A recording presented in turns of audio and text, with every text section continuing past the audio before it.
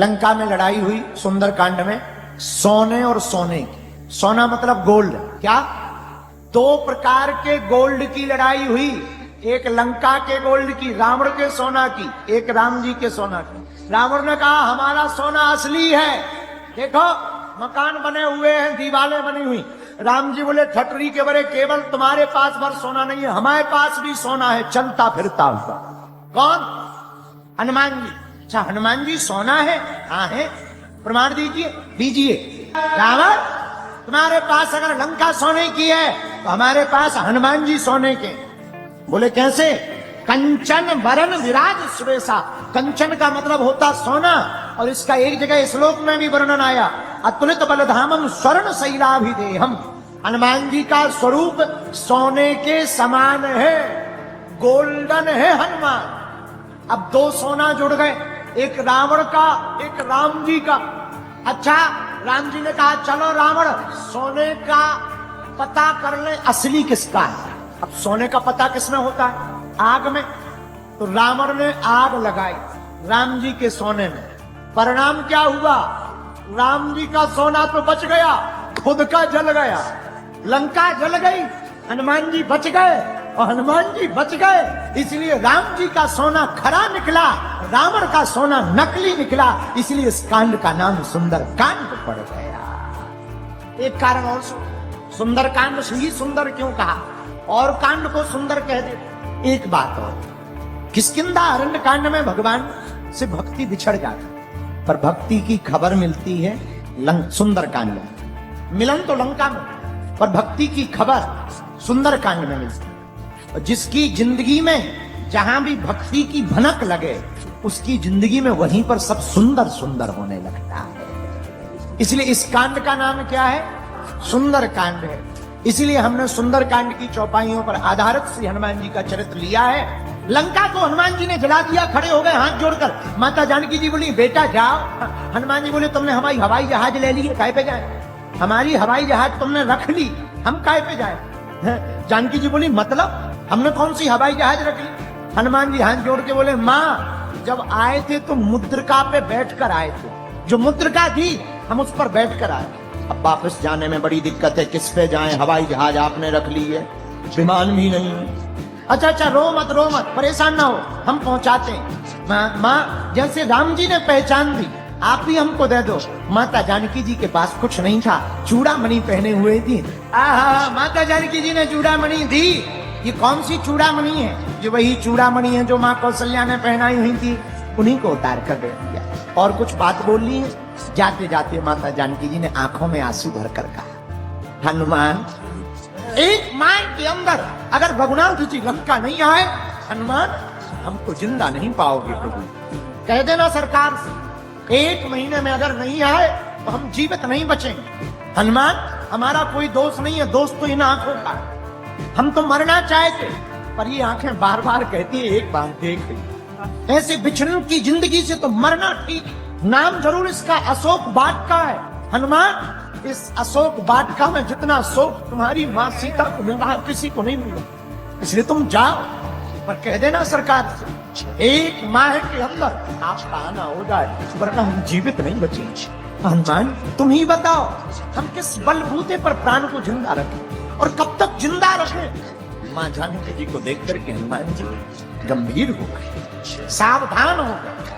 माँ चिंता मत करो। माँ जानकी कहती हनुमान तुम आ गए, वरना आग लगी हुई विरह अगन। आपको देख करके हमारे हृदय शीतलता।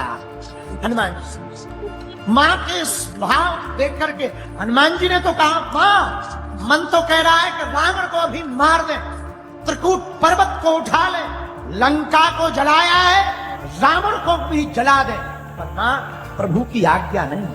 हनुमान जी महाराज ने माँ को प्रणाम किया। बहुत भयंकर जोर से गर्जना की हनुमान जी ने, जय श्री राम। जोर से गर्जना की हनुमान जी ने, इतनी जोर से गर्जना लंका में की, वहां की निशाचरों की स्त्रियां जो गर्भवती थी, हनुमान जी के जोरकार टंकार के स्वर को सुनकर उनका गर्भपात हो गया।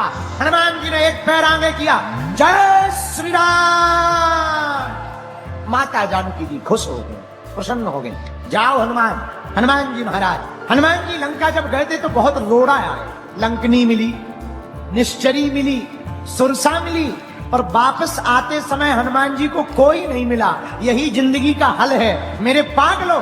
जब भी तुम लक्ष्य को पाने के लिए जाओगे, कोई ना कोई तुम्हारा पैर खींचने के लिए आ जाएगा, लेकिन जब भी तुम लक्ष्य को पा जाओगे, कोई तुम्हारे आसपास भी नहीं टिकेगा। हनुमान जी के साथ भी यही हुआ। वानर भालू किलकिलाने लगे हनुमान जी को देख करके। ओ हो जय श्री राम। जामवंत जी बोले कहो खबर ले आए। हनुमान जी बोले खबर नहीं ले आए, लंका जलाया है। जामवंत जी बोले हमें पहले ही बताता, इतना काम बताओ, ये इतना करके आए। अच्छा, हनुमान जी का प्रत्येक काम थोक में, सबका फुटकर में, हनुमान जी का थोक में। इनसे कहा जाओ जानकी जी की खबर ले आओ, ये लंका जलाया। इनसे कहा जाओ संजीवनी बूटी ले आओ, ये सीधा पर्वत ही उठा ले आओ। इनसे कहा जाओ सुसैन वैद्य को बुला ले आओ, ये पूरी डिस्पेंसरी उठा के ले आओ। हनुमान जी का काम थोक में, फुटकर में ये करते ही नहीं है, इनका काम पूरा थोक में। हनुमान जी वापस आए, शब्द किलकिला कपड़े सुनावा। सात वानर भालू हनुमान जी को देख करके प्रसन्न हो गए। आहा जय श्री राम। और जहां हनुमान जी के मुख पर प्रसन्नता देखी सो समझ गए काम हो गया। आदमी की मुस्कुराहट बता देती है काम हो गया। हनुमान जी की मुस्कुराहट देख करके साथ मुस्कुराने लगे। चलो भैया अब एक काम करें। हनुमान जी बोले क्या? फल खाते। कहां? वानर भालू बोले बगल में हमने एक बाग देख रखा, उसका नाम है मधुबन। हनुमान जी ने लंका में भी फल खाए, अशोक वाटिका में, और वापस आए तो फल खाए मधुबन में। और कितना अच्छा यहाँ पर प्रसंग उठ रहा है, जरा गौर करना। जो पुरुषार्थ रूपी वाटिका में जाकर के कर्म के फल को खाता है, वही फिर परिणाम के स्वरूप जिंदगी के अंत में प्रभु की भक्ति के मीठे फल को पा जाता है। इसलिए मधुबन लिखा गोस्वामी जी ने। अच्छा, फल खा ही रहे थे तब तक लफड़ा हो गया। क्या? वहां जो रखवारे लगे थे, सब रखवारे आ गए, रुको रुको रुको, फल खा रहे। हनुमान जी ने एक मुक्का बनाया, बोले विदेशी क्रिमिनल चले नहीं है, देसी क्या आप चले? हनुमान जी बोले विदेशी क्रिमिनल तो हमने एक एक करके मारे, लंका में जाके एक एक राक्षस को मारा, और तुम देसी होके हमें गुंडागिर्दी दिखा रहे।